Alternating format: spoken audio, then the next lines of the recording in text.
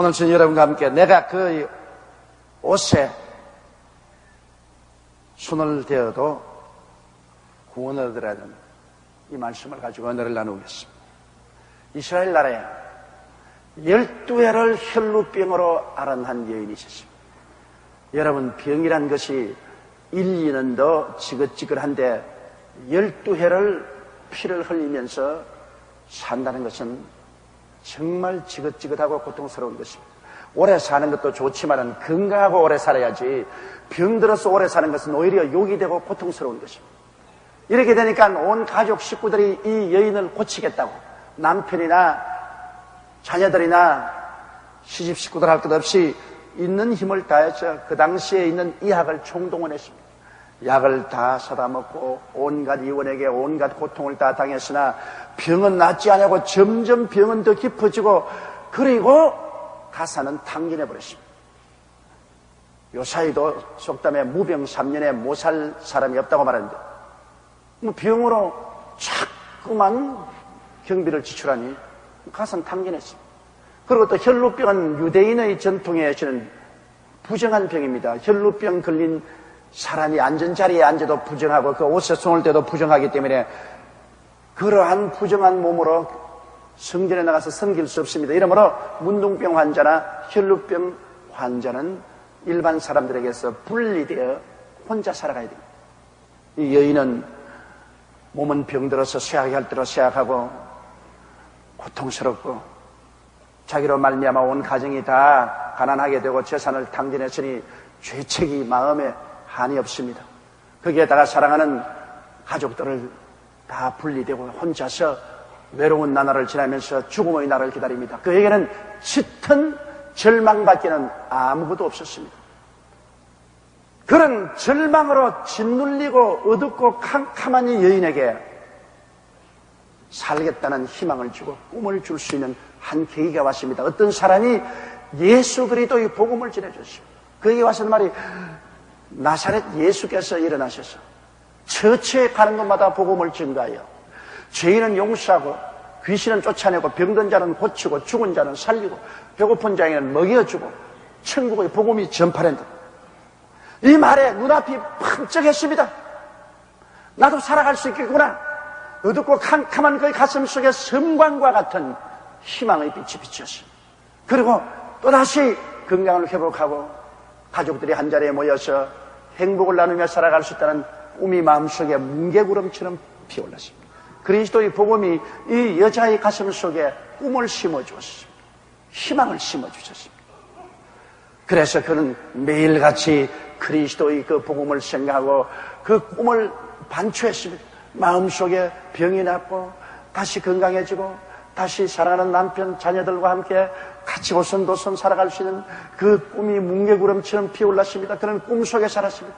이제는 울음을 거쳤습니다. 이제는 탄식을 거쳤습니다. 이제는 절망을 거쳤습니다. 꿈이 그 여인을 점령해버렸습니다. 꿈은 그에게 소망을 주었습니다. 그런 기쁨이 있었습니다. 그리고 하루는 그 꿈이 전진해서 그런 마음속에 결단을 내렸습니다. 이제는 나는 믿겠다. 내가 예수 그리스도께서 우리 동리에 오시면 뒤에 따라가서 그 옷자락에 손만 대어도 나을 것이다. 나는 믿는다. 그 마음에 결정을 내렸습니다. 나는 믿는다. 세상 사람이 무엇라고 말해도 나는 그리스도의 옷자락에 손만 대면 나는 나을 것을 믿는다. 그 꿈과 믿음 속에 사는 어느 날 갑자기 소문이 왔습니다. 예수께서 자기 동리를 지나간다는 소문이 왔습니다. 그는 일어났습니다. 오랫동안 혈루병으로 피를 흘렸기 때문에 어지러워 머리를 들 수가 없습니다. 현기증으로 천지가 빙빙 돕니다. 밝은 햇살에 나가니까 눈을 뜰 수가 없습니다. 그럼에도 불구하고 그는 그의 꿈과 믿음이 이루어질 날이 온 것을 알았습니다. 그 때가 왔습니다. 그 때를 놓칠 수가 없습니다. 그는 그 꿈과 믿음을 실천해야만 됩니다. 수많은 군중들이 예수님을 애워싸고 있는데 군중들 사이로 들어가다가는 넘어지고 군중들의 서라는 밀치고, 그러나 다시 일어나고 다시 일어나서 그는 손을 내밀면서 예수님을 따라갑니다. 결사적으로 따라갑니다. 허둥지둥하면서 따라가다가 결코 예수님의 옷자락에 손이 닿자 말자 하나님의 놀라운 능력이 그 몸속에 임하고 마는 것입니다. 그의 모든 혈류근이 말랐습니다. 어지럼이 사라지고 몸의 냉기가 사라지고 다시 심장이 힘차게 피를 뿜고 온몸에 생기가 가득 차고 건강이 넘쳐나고 행복이 가득했습니다. 그의 꿈이 이루어졌습니다. 그의 믿음이 이루어졌습니다. 그러자 예수님이 가던 발걸음을 멈추시고 뒤를 돌아보시면서 누가 내 옷에 손을 대었다. 제 아들이 웃었습니다. 주님, 무슨 말씀을 그런 말씀하십니까? 여기 지금 한두 사람 아닙니까? 수백 명의 주님을 밀치고 주님 옷에 손을 대는데 누가 손을 대었다고 합니까? 아니야. 나의 능력이 내 몸에서 나갔다. 꿈을 가지고 믿음을 가지고 담대하게 그것을 실천한 어떤 사람이 내 능력을 요구했고 내 능력이 나왔다. 그때 여인이 떨면서 나와서 말했습니다. 주님, 내가 주님 옷자락에 손을 대어서 시열두에 할 혈루병이 나았다. 예수님이 그 여인을 보시고 여자여 안심하라. 내 믿음이 너를 구원하였으니 평안히 가라고 말했습니다. 예수님의 믿음이 고쳤다고 말하지 않습니다. 너가 믿음이 있었기 때문에 나의 능력이 흘러들어갈 수 있다는 것입니다. 너가 믿음의 준비가 있었기 때문에 나의 권세가 역사할 수 있다. 그러므로 너 믿음이 나의 능력을 가지고 갔다고 주님께서 그렇게 말씀한 것입니다. 그러므로 오늘 우리는 이 이야기를 통해서 우리가 어떻게 하면 우리에게 임하여 계신 예수 그리스도의 능력을 받아들여서 절망을 소망으로, 죽음을 삶으로, 패배를 승리로 이끌어갈 수 있겠는가? 그 길을 한번 모색해 보자는 것입니다. 첫째로 여러분, 성경에는 꿈이 없는 백성은 망한다고 말합니다. 이 여인은 예수의 소문을 듣고 이는 내가 그의 옷에만 손을 떼어도 구원을 얻으리라는 이러한 마음으로 그 가슴 속에 꿈을 얻었습니다. 혈루병 환자인 여인이 절망에 처했을 때 예수님의 복음을 듣고 꿈을 얻은 것을 우리 여러분 기억하십시오. 꿈이 있으면 하나님의 성령이 역사합니다.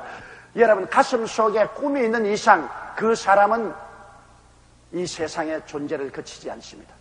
꿈이 없으면 내일이 없는 사람입니다. 꿈이 없는 사람은 내일을 산출하지 못합니다. 그러므로 살았다 하나 죽은 사람인 것입니다.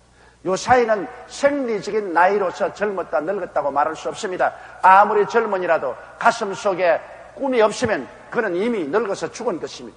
그러나 아무리 백발이 되어도 그 가슴 속에 활활 타는 꿈이 있으면 그는 생리적인 나이를 따질 필요 없습니다. 그는 젊은 사람인 것입니다. 그는 얼마든지 내일을 산출할 수 있는 기약이 있는 사람이기 때문인 것입니다.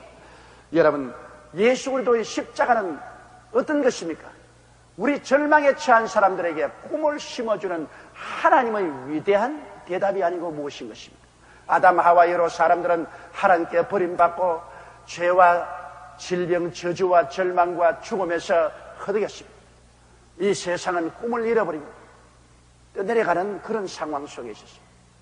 그런데 2000년 전에 하나님의 아들 예수님이 오셔서 우리를 대신하여 대속 제물이 되셔서 갈보리 십자가상에서 몸짓고 피를 흘려 달렸었다는 것은 인간에 대한 하나님의 처방입니다. 인간 문제에 대한 하나님의 해답이요, 바로 인간의 절망에 위대한 꿈을 심어준 것입니다. 십자가를 바라볼 때 우리들은 마음속에 꿈을 얻을 수가 있는 것입니다. 십자가는 사람들의 가슴 속에 꿈을 심어주는 하나님의 해답인 것입니다. 이 혈루병하는 여인이 그리스도의 복음으로 그 마음속에 꿈을 얻은 것처럼 오늘날 어떠한 절망에 처한 사람도 갈보리 십자가 밑에 나와서 그리스도를 쳐다보면 그게 꿈을 얻습니다. 죄인은 용서받을 꿈을 얻을 수가 있습니다. 버림받은 사람은 하나님께 영접하고 사랑받는 꿈을 얻을 수가 있는 것입니다. 병든 자는 치료받을 꿈을 얻을 수가 있는 것입니다. 낭패와 실망을 당한 자는 저주에서 해방되는 꿈을 얻을 수가 있는 것입니다. 사망에 처한 자는 영생 천국을 얻을 꿈을 얻을 수가 있는 것입니다. 여러분, 우리에게 확실하게 꿈을 줄 수 있는 근거는 그리스도 십자가밖에 없습니다. 꿈이 여러분에게 새로운 세계를 가져다 주는 것입니다. 여러분이 꿈을 만드는 것이 아니라 꿈이 여러분을 만들어 갑니다. 그렇기 때문에 꿈을 가슴에 품으면 가슴에 품은 그 꿈이 여러분을 변화시켜 가는 것입니다.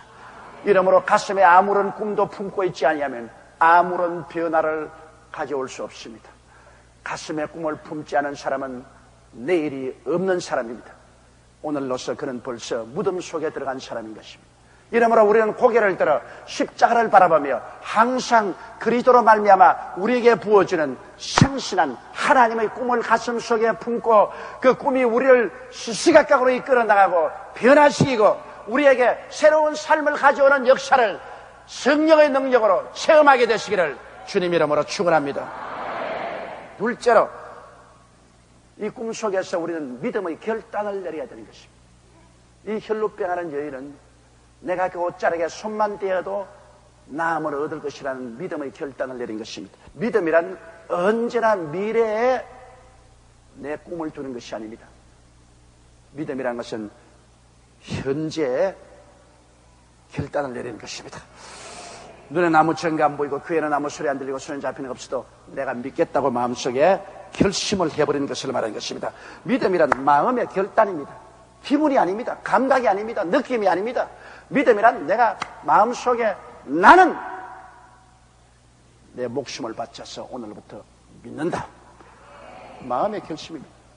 그렇기 때문에 주님께서 믿지 않은 자를 보고 꾸짖었습니다. 내 믿음을 어디다 두었느냐? 믿음이 적은 자여 왜 의심하였느냐? 마음의 결단을 내리지 아니하고 마음이 언제나 바람에 요동하는 바다 물결 같기 때문에 주님이 꾸짖은 것입니다. 일단 마음에 내가 믿겠다고 결심을 하면은 살든지 죽든지 흥하든지 망하든지 승하든지 쇠하든지 믿는 것입니다. 머리가 두 쪽이 나도 나는 믿고 나간다. 그게 믿음인 것입니다. 한번 들어보세요. 로마서 4장 17절로 23절에 기록된 바 내가 너를 많은 민족의 조상으로 세웠다 하심과 같으니 그의 믿은 바 하나님은 죽은 자를 살리시며 없는 것을 있는 것 같이 부르시는 이시니라. 아브라함이 바랄 수 없는 중에 바라고 믿었으니 이는 내 후손이 이와 같으리라 하신 말씀대로 많은 민족의 조상이 되게 하리 하심을 인함이라. 그가 백선하되어 자기 몸의 죽은 것 같음 사라의 태의 죽은 것 같음을 알고도 믿음이 약하여지지 아니하고 믿음이 없어 하나님의 약속을 의심치 않고 믿음에 견고하여졌어 하나님께 영광을 돌리며 약속하신 그것을 또한 능히 이루실 줄을 확신하였으니 그러므로 이것을 저에게 의로 여기십니다. 이 아브라함의 믿음이야말로 절대로 감각적인 믿음이 아닙니다. 감각으로는 믿을 수가 없어요. 체험적인 믿음도 아닙니다. 100살 된 할아버지가 90살 된 할머니에게 어떻게 아들을 낳습니까? 체험적인 것도 아닙니다. 이성적인 것도 아닙니다. 오직 하나님 말씀을 믿겠다고 결심하는 결단인 것입니다. 그러므로 오늘 여러분은 모두 다 믿을 수가 있습니다. 내 마음속에 결단을 내리면 믿을 수가 있는 것입니다. 결단을 내리지 아니하고 언제나 주저하고 머뭇거리는 사람은 결코 믿음의 세계 속에 들어갈 수 없습니다. 하나님의 말씀을 듣고 믿으기로 결심해야 됩니다. 믿음은 들으면서 나며 들으면 그리스도의 말씀으로 말미암느니라. 그리스도의 말씀을 들을 때 내가 전 인격을 거기에 투영해서 믿겠다고 결심을 할 때 그때로부터 믿음이 출발한 것입니다. 이 혈루병하는 여인은 비록 12회 동안 피를 흘렸지만은 그는 그리스도의 복음 말씀을 듣고 꿈을 얻고 난 다음에는 그는 그것이 이루어질 줄 믿기로 결심한 것입니다. 나는 이제는 믿는다. 눈에 아무 증거 안 보이고 귀에는 아무 소리 안 들리고 손에는 잡히는 거 없고 느낌이 없이도 나는 믿는다. 나는 예수님의 옷자락에 손만 대하면 나을 줄 믿는다. 그런 결단을 내린 것입니다. 셋째로 여러분 꿈과 믿음이 있으면 그 다음에 중요한 것은 담대한 입술의 고백인 것입니다. 믿음과 고백은 상호 상승작용을 하는 것입니다. 아무리 마음속에 믿기로 결단하고 난 다음에도 입술이 그 믿음을 부인해버리면 마음속에 심은 씨앗을 다 파헤쳐버립니다. 아무리 믿기로 결심하고 난 다음에도 마음속에 그것을 부인해버리면 그 믿음은 죽어버리고 마는 것입니다. 잠언서 6장 2절에 내 입의 말로 내가 얽혔으며 내 입의 말로 인하여 잡히게 되다. 입술의 말이 나를 얽고 입술의 말이 나를 잡습니다. 누가복음 6장 45절에 선한 사람은 마음의 쌓은 선에서 선을 내고 악한 자는 그 쌓은 악에서 악을 내나니 이는 마음에 가득한 것을 입으로 말함이라고 말한 것입니다. 그러므로 마음에 있는 것과 입은 똑같이 말을 해야 되는 것입니다. 마음에 믿으면서 입술로는 부인해버리면 안 됩니다. 마음으로는 내가 그리스도를 의지하고 아브라함의 복을 받은 사람이다 하면서 겉으로는 입술로는 나는 가난하고 헐벗고 굶주리고 낭패와 실망을 당하고 패배한 사람입니다. 나는 못났어요. 못해요. 그러면 마음에 믿은 게 무슨 소용이 있습니까? 뿌리채 다 파헤쳐버리고 말죠. 내가 옛날에 부흥에 열심히 다닐 때 언제나 장난기가 있어서 늘 물어보겠습니다. 대개 가면 권사님 손 드세요. 권사님들 손. 권사님 오늘 저녁에 죽으면 천당 가겠어요? 시골에 가서 물으면 대다수가 다 그러갑니다. 죽어봐야 알지요. 그 믿은 것 입으로 다 부인해버린 것입니다. 실컷 믿어 권사까지 되었으면서 오늘 믿어 천당 가겠어요. 죽어가 봐야 안다면은 끝이지 뭐. 믿음이란 지금 아는 것인데. 이와 같이 여러분, 입술로서 우리 믿음을 붙잡기도 하고 입술로서 우리 믿음을 포기해버리기도 하는 것입니다. 사람이 마음으로 믿어야 이르고 입으로 고백해서 구원에 이른다고 말한 것입니다. 마음에 믿어서 아무리 의롭게 되어도 부인해버리면 그만 없어지고 마는 것입니다. 여러분, 믿음의 고백은 우리 마음속에 꽉 들어찬 신앙을 강하게 할 뿐 아니라 풀어놓습니다. 여기 전지가 있는데, 여기 모타가 있는데, 모타에다가 전선으로 연결하면 모타가 돌아가지 않아요. 이와 같이 우리 믿음은 전지와 같습니다. 여기에 일하는 것은 모타인데 말로서 고백하는 것은 전선과 같습니다. 말로서 연결해 주어야 모타가 돌아갑니다. 아무리 여러분 마음속에 강한 믿음의 전지가 있어도 입술의 고백의 전선으로 모다에 연결해 주어야 모다가 돌아가야 공장이 돌아가고 생산이 되죠. 하나님의 역사가 일어나려면 여러분 마음속에 믿음의 전지를 하나님의 능력의 성령의 모타에 연결해 줘야 되는데 그게 바로 믿음의 고백입니다. 그러니까 그 믿음을 의로 느끼십니다. 그 다음에는 하나님께서 그 믿음을 고백하게 했습니다. 너는 이제 너 이름은 아브라함, 그냥 높은 아버지, 존귀한 아버지가 아니다. 아브라함, 많은 무리의 아버지, 열국의 아버지 이름을 바꾸라. 그리고 너희 아내는 사레, 나의 공주가 아니라 사라, 즉 열국의 어머니란 이름으로 바꾸라. 그래서 그들은 먼저 꿈을 가지고 그 다음 믿음을 가지고 난 다음에는 하나님이 꿈과 믿음이 입술로 고백되게 만들었습니다. 매일같이 그 부인은 남편을 보고 아브라함, 즉 열국의 아버지여. 아브라함은 자기 아내 보고 사라, 열국의 어머니여. 아직까지도 마른 나무처럼 자식이 없는 그 두 부부가 깡마른 할아버지 할머니가 서로 쳐다보고 만국의 아버지여, 오 열국의 어머니여. 참 희극도 희극이 아니라 비극같이 같았습니다. 눈물을 흘리지 않고는 그것을 들을 수 없습니다. 다른 사람이 볼 때는 요사이 현대어로 말하면 보통 치매에 걸린 게 아닙니다. 병원에 입원을 시켜도 아주 중요한 병원에 입원을 시켜야 될 정도로 치매에 걸렸습니다. 100살 먹은 할아버지가 90살 먹은 아내를 보고 서로 많은 민족의 조상이여 많은 열국의 어미여 할 때는 여러분 정상적인 사람이라고 볼 수 있겠습니까? 그러나 그들은 마음속에 하나님이 주신 꿈과 그 꿈을 믿은 결단 믿음을 입술의 고백으로 풀어놓도록 하나님이 명령한 것입니다. 그래서 그들은 매일같이 입술의 고백을 했습니다. 눈에 보이지 않고 귀에 들리지 않고 손에 잡히지 않은 것을 입술로 없는 것을 있는 것 같이 고백했습니다. 바로 하나님이 그런 하나님 아닙니까? 아브라함의 믿음 하나님은 죽은 자를 살리시며 없는 것을 있는 것 같이 부르시는 하나님이시니라. 이게 바로 영적인 세계의 역사인 것입니다. 없는 것은 지금 있는 것 같이 부를 때 그 말씀이 나가서 있게 만드는 것입니다. 이러므로 여러분 아무것도 없는데 내가 어떻게 입술로 고백하는 건 거짓말 아닌가? 그렇지 않습니다. 그건 거짓말이 아니고 없는 것을 있는 것 같이 부를 때 믿음이 풀리는 것입니다. 믿음이 나타나서 역사하는 것입니다. 그리고 넷째로는 이제 담대한 실천이 있어야 되는 것입니다. 이 혈루병하는 여인에게 예수님이 지나간다는 소식이 들리자 어지럽고 아프고 고통스럽고 군중에 둘러싸여 있음에도 불구하고 그들은 믿음으로 실천했습니다. 행함이 없는 믿음은 죽음입니다. 모든 일에는 그것이 이룰 때가 옵니다. 전도서 3장 1절에 천하의 범사에 기한이 있고 모든 목적이 이룰 때가 있나니 하나님이 모든 일을 지으실 때 때를 따라 아름답게 하셨다고 말한 것입니다. 때가 왔을 때 기회를 놓치지 말고 실천해야만 하는 것입니다. 히브리서 10장 38절 39절에 오직 나 여인은 믿음으로 말미암아 살리라. 또한 뒤로 물러가면 내 마음이 저를 기뻐하지 아니하라고 말한 것입니다. 그러므로 여러분 우리가 꿈을 갖고 믿음을 갖고 입술로 담대하게 고백하고 있으면 반드시 때가 옵니다. 때가 오거들랑 그때는 담대함을 가지고 실천하십시오. 두려워하면 안 됩니다. 뒤로 물러가면 안 됩니다. 두려움은 하나님이 미워하시는 것입니다. 믿음으로 배에서 뛰어나가서 물으로 걷기 시작해야 되는 것입니다. 믿음으로 지붕을 뜯고 평상을 달아내려야 되는 것입니다. 믿음으로 홍해수를 향해 걸어 들어가야 되는 것입니다. 법궤를 메고 믿음으로 요단강으로 들어가야만 되는 것입니다.